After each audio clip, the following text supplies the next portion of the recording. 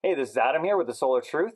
And what I'm going to be talking about today is how I've cracked the code for NEM3 or net billing in California and how it can work as good or possibly even better than NEM2.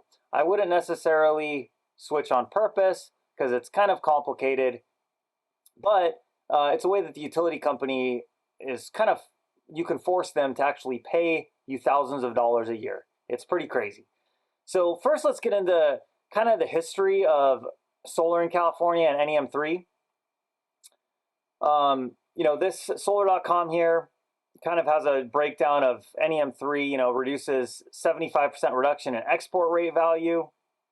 Now that's true. I mean, it looks pretty bad on the offset. They're only paying you an average of like 4 cents a kilowatt when credit for your solar when the meter spins backwards, and you're paying the utility, 25 to 80 cents in the different utilities. It's pretty nuts.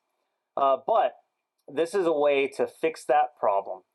And what we're dealing with is the utility companies spent $40 million and basically won. They got almost everything they wanted to end up taking a ton more money from all consumers in California that get solar. Savings drops from $500 to $2,000 a year, basically on average, probably around $1,000 on average.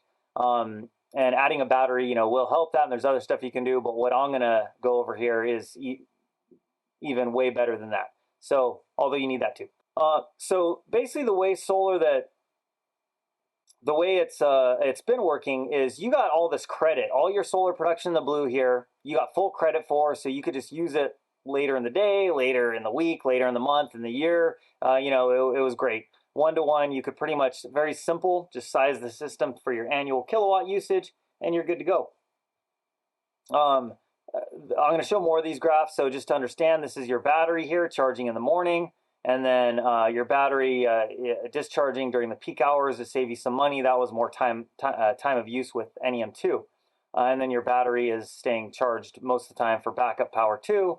But NEM3, you're only getting like 4 cents pi back, so you don't want to use energy from the utility anymore. That's kind of the main key. So you want this battery to discharge all night. And that is shown kind of here, working in different ways. The problem with that is you don't ever want gray. Gray is when you're exporting energy to the grid from your solar, or you're using that energy from your air conditioning and there's not enough battery or solar power. So most of the year, if you do a typical, like this is like around 100% solar, most of the year with one battery, it's fine. Yeah, you're exporting some power and you're not getting a ton of credit for that, but the battery's lasting all night, and that's like 60% or so of the year, most of the months. But then when you get to like August, the hotter times, you're using air conditioning, your battery runs out by like 9 p.m. At least it hopefully lasts the peak hours from 4 to 9. So those are hard. Those months you're going to have more of a bill with NEM2. Yeah, and you can't really do more solar or a lot more battery power. That'll help a little bit, but that can't solve the problem, because then you're going to have way too much solar and battery for most of the year, and you're only going to need that, and it's still not really going to last all night. I mean, this only lasted till 9 p.m., and this is one battery with pretty much 100% solar. And then you have issues like in the winter, especially when you have electric vehicles, you're charging those electric vehicles at night, and that's not good either, because now you're just using all that power from the grid, and your battery is lasting, a lot of the night because you don't really use air conditioning, but then it quickly drains when you start charging that EV. So they made a very complicated plan. All these export rates, you're getting very low from 4 to 9 p.m. is mostly when you're exporting that solar energy, and most of the solar export from the duck curve that I've talked about a lot is at a very low rate, because this is when they don't need energy, and then over here they really need energy from solar and from power plants, and they're not getting any because it's in the fall and the evening whenever it's air conditioning. So they're giving these really high rates. Actually, SCE here, over $2. And then it's a 9-year program, so it's lower on average, but 2023 is really high. So these export rates is kind of a big part of what I'm going to be talking about in a second here. And I've created a lot of analysis with some really complex tools, how you can size systems, how you can save money. Another video that I've linked to here kind of goes over that.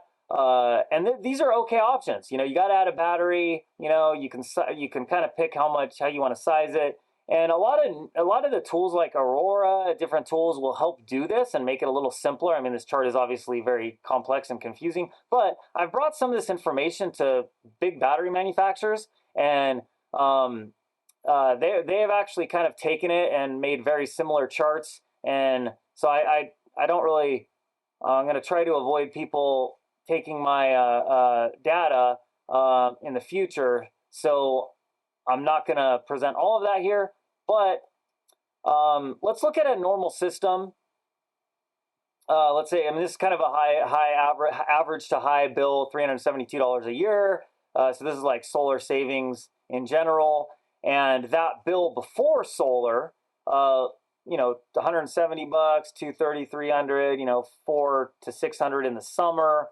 This is like typical Southern California air conditioning usage, and then your baseline. This is before solar. So now after solar, when you add a battery and are able to do self-consumption where you're using that power, this is your after solar bill. And in the most of the year, it's working great. You know, even without a battery, you know, it's not too bad. January, February, you can see with solar only, and then solar and a battery. But then in July, you really see those big savings from your battery. You know, you're saving 160 bucks a month in July. In August, you're cutting it more than half, down to 116. But in the fall, winter, not super great with solar or even a battery. So you still have some remaining utility bill for those months. So your average here is about $60 a month, actually, adding these up. And, you know, even if you finance it, you're paying less initially than your utility bill and your loan payment. So it's not bad. Saving $40,000 over lifetime. So, you know, solar makes sense. Hey, you're paying less than your electric bill. Even financing it, cash is going to be even better. And this isn't the greatest loan I put in here. So, you know, it's not bad. And that's kind of what most people are seeing out there talking to solar companies. But what's really crazy is, here is the key: exporting that energy. So what you can do is, if you have one battery, which is what I had in that model, if you export it during September, like 7 to 8 p.m., you could get basically 450 bucks that month. So that's going to offset, you know, pretty much all of this extra charge here. So you're going to basically be not having any charge, and your savings massively goes up over time. And you pretty much don't have a bill from the utility company. That's only with one battery and not doing anything else. But we're not going to stop there. It gets even better. So adding two batteries, which a second battery and a third, fourth battery generally isn't as much, because you already have all your backup, load center, disconnects, everything. So you're just adding another battery. But your payback goes up significantly. And when you look at that at 9 years, you know, this is the average over that time now. And if you look at 9 years, you're talking, you know, $4,000 to $20,000 in additional savings, depending on the type of battery you're doing. It's like an Enphase system or a kind of a Solar Edge with other batteries here. And then different utility companies. SDG is even more savings, and then PG&E is kind of in the middle. That's how that works, because of their different buyback rates. So this is the main other thing is, you could add a bidirectional vehicle charger. And you have different types. You have vehicle to grid, vehicle to home, vehicle to load. So basically, your vehicle is powering loads on your house, it's powering your whole house, or it's exporting to the grid. V2G is what we want, exporting to the grid. And there's a few different types of batteries that do that are available now, and more coming in the future, and different EVs that can do that kind of with their own bidirectional chargers as well. So, you know, you got Rectify, Emporia. I've used their monitoring systems. They're, you know, it's going to be released soon. So some of these are already available. Some are coming soon. In phase has theirs down here too. That is going to be available like early next year, but you could always add that on later. So you got to get the setup now, discharge your battery for now, but then you could also just do a battery too, just do the car charger actually too instead of a battery, with one that's available or in the future. And you don't even actually need a battery. You could, or a backup panel. You could just use your EV, and it's like 3 batteries. So it maxes out at your max output. So you can't really look at your whole battery size or your whole car battery or home battery size and say like, oh, that's how much credit I'm getting. Like all these are all calculations based on the max export power, the most it can feed back during these 1 or 2 hours. So there's a lot that kind of went in behind all these numbers. And also having some power still for your house. But the guide that I have on how to do that, yeah, see, this is what you don't want. You don't want that export power, so you want your battery to be charging during that time and then export later. But you're just going to get some of this no matter what. But that's why exporting the higher value is going to offset that. So get down to my, this is all like stuff in another video I had, analyzing NEM3 really. But my export guide,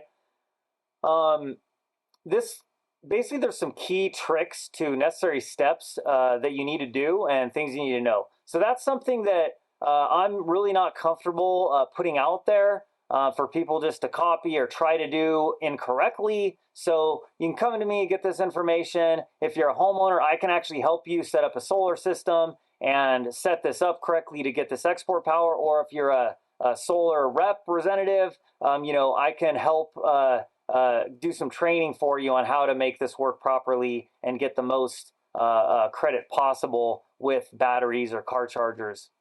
So you might say, well, this is a loophole.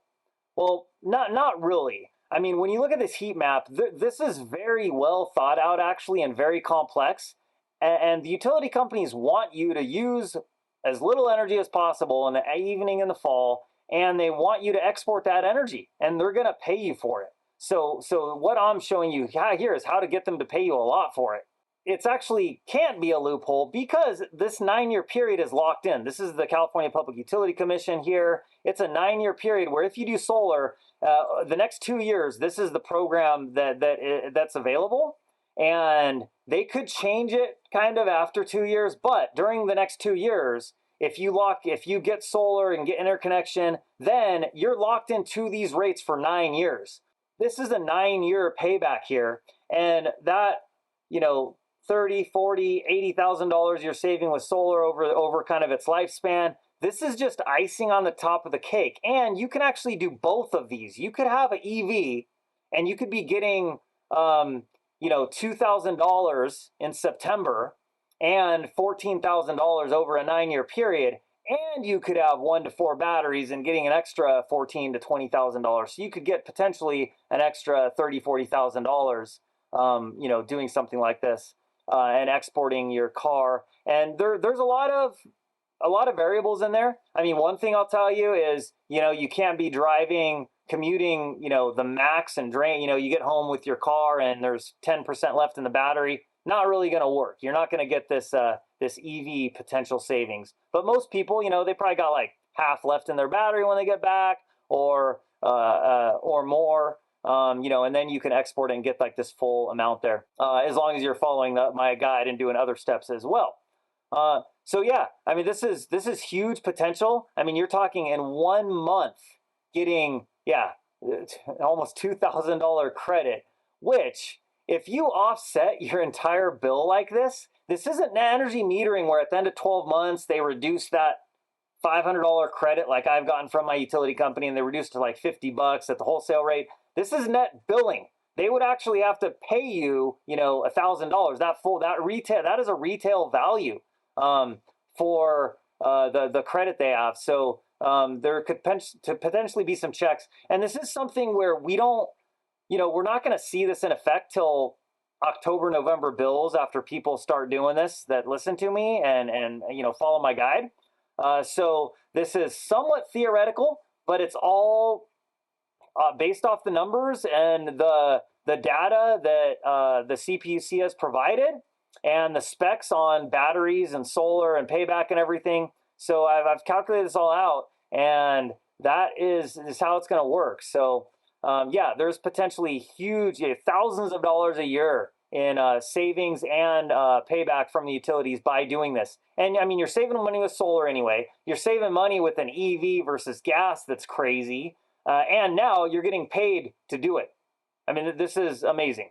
And hopefully this gets out there, and make sure you like and subscribe. Watch my other videos. I'm gonna do a video soon on how much solar you need for an EV. I have a chart on that too that I made quite a while ago and haven't really sent that information out, and there's very lacking info about that online. So yeah, like and subscribe, share this video. Reps, homeowners interested, even if you already have solar, you can add stuff like this on and still make it work and get paid back. Specifically with NEM3, I would not, if you're on NEM2, I would just stick with that. It's a lot simpler. But if you are on NEM3, if you've recently done solar in the last couple of months or going to do solar, you definitely want to do this. It's going to be amazing. And, a couple years, they might change this. You'll be grandfathered in.